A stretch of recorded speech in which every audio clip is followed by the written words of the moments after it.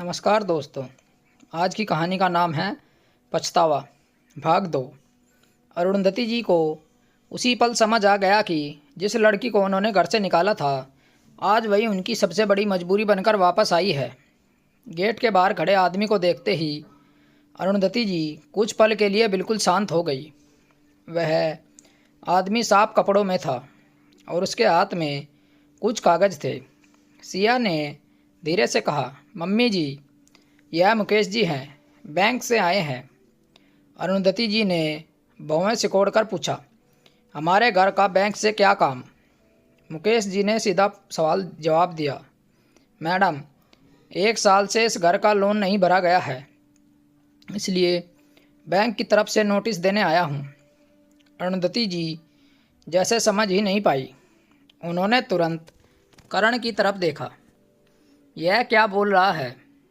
करण ने नज़रें झुका ली और धीरे से बोला, माँ, जब पापा की तबीयत खराब हुई थी तब घर गिरवी रखकर लोन लिया था, उसी से इलाज हुआ था पापा का।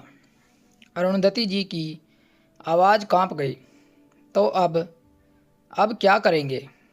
मुकेश ने कागज़ आगे बढ़ाते हुए कहा, अब 1 साल से एक किस्त भी नहीं भरी गई है। अगर 1 महीने में पैसा जमा नहीं हुआ तो बैंक को घर जब्त करना पड़ेगा। यह सुनते ही अरुंधति जी के पैरों तले ज़मीन खिसक गई। वो बड़बड़ाई, लेकिन इतना पैसा आएगा कहाँ से? सिया अब तक चुप खड़ी थी। उसने धीरे से कहा, इसलिए तो आई हूँ मम्मी जी। अरुंधति जी ने उसे घूर कर देखा। तू क्या कर लेगी? सिया ने शांत आवाज़ में जवाब दिया, जो करना था वो मैं 1 साल से कर रही हूँ। करण हैरानी से उसकी तरफ देखने लगा। सिया ने आगे कहा, जब मैं इस घर से गई थी तब मेरे पास कुछ नहीं था, लेकिन मैंने नौकरी ढूंढी, दिन रात काम किया और आज मेरे पास इतना है कि इस घर का लोन चुकाया जा सकता है। अरुंधति जी के चेहरे पर अविश्वास था। उसने तीखे स्वर में कहा, तुम इतना पैसा भरोगी कहाँ से? सिया ने सीधा जवाब दिया, हाँ, क्योंकि यह घर सिर्फ आपका नहीं है, मेरे भी 2 साल की ज़िंदगी इसी आंगन में बीती है। कुछ पल के लिए सब खामोश हो गए। फिर सिया ने एक कागज़ मुकेश को देते हुए कहा, आप बैंक में यह रकम जमा करवा दीजिए, बाकी की प्रक्रिया मैं कल पूरी कर दूंगी। मुकेश ने कागज़ देखा और सिर हिलाकर चला गया। अरुंधति जी अब बिल्कुल शांत खड़ी थी। जिस बहू को उन्होंने हिम्मत दिखाकर घर से निकाला था, आज वही इस घर को बचाने के लिए खड़ी थी।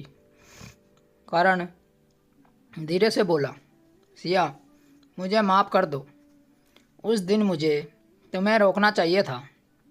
सिया ने उसकी तरफ देखा, लेकिन उसके चेहरे पर अब कोई भाव नहीं था।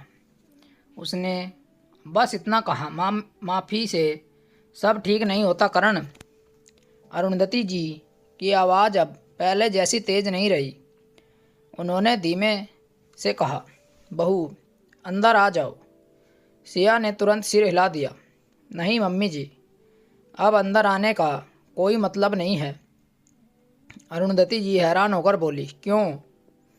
सिया ने सीधी आंखों से उनकी तरफ देखा और कहा, क्योंकि आज मैं यह घर बचाने आई हूँ, रहने नहीं। यह सुनकर आंगन में फिर से सन्नाटा छा गया। लेकिन असली बात अभी बाकी थी, क्योंकि सिया के अगले फैसले से अरुंधति जी और करण दोनों को समझ आ जाएगा कि 1 साल में सिर्फ हालात नहीं बदले, सिया भी पूरी तरह बदल चुकी थी। सिया की बात सुनकर आंगन में गहरी खामोशी छा गई। अरुंधति जी पहली बार समझ नहीं पा रही थी कि क्या कहे। जिस लड़की को उन्होंने ताने देकर घर से निकाला था, आज वही उनके सामने खड़ी थी और पूरे घर की हालत उसी के हाथ में थी। करण धीरे से बोला, सिया, अगर तुम चाहो तो सब पहले जैसा हो सकता है। सिया ने उसकी तरफ देखा। उसकी आवाज़ बिल्कुल सीधी थी। पहले जैसा? करण, पहले जैसा कुछ नहीं रहा। अरुंधति जी ने थोड़ा नरम होकर कहा, बहू, गलती हो गई हमसे। गुस्से में बहुत कुछ बोल दिया।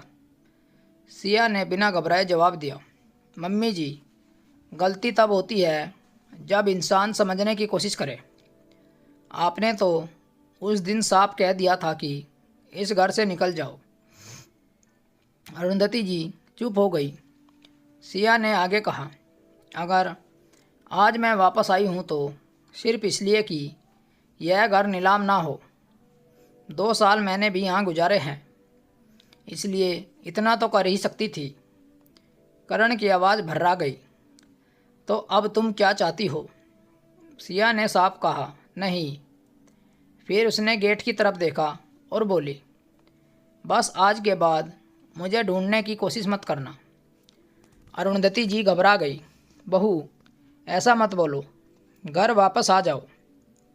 सिया ने पहली बार थोड़ा सख्त होकर कहा, घर वह होता है मम्मी जी जहाँ इंसान की इज्जत हो।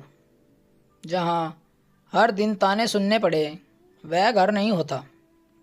आंगन में फिर से सन्नाटा छा गया। सिया ने अपना बैग उठाया और गेट की तरफ बढ़ गई। जाते जाते वह एक पल के लिए रुकी, फिर शांत आवाज़ में बोली, उस दिन आपने कहा था ना कि देखेंगे किस हिम्मत से वापस आती है। देख लिया आज। अरुंधति जी के पास अब कोई जवाब नहीं था। वह कुछ बोले। सिया गाड़ी में बैठी और गाड़ी धीरे धीरे गली से निकल गई। आंगन में सिर्फ अरुंधति जी और करण खड़े थे रह गए। अरुंधति जी की आंखों में अब पहली बार पछतावा साफ दिख रहा था। वह धीरे से बोली, करण, हमने बहुत बड़ी गलती कर दी। करण ने खाली गेट की तरफ देखते हुए कहा, हाँ माँ, अब शायद उसे ठीक करने का मौका भी नहीं मिलेगा। उस दिन पहली बार अरुंधति जी को समझ आया कि किसी को हिम्मत दिखाने से पहले अपनी हैसियत बचाकर रखनी चाहिए। तो दोस्तों, आपको कहानी कैसी लगी कमेंट करके हमें बताएं और चैनल को ज़रूर सब्सक्राइब करें। मिलते हैं आपसे ऐसी ही और एक अच्छी कहानी के साथ। कहानी सुनने के लिए आप लोगों का बहुत बहुत धन्यवाद। राम राम दोस्तों।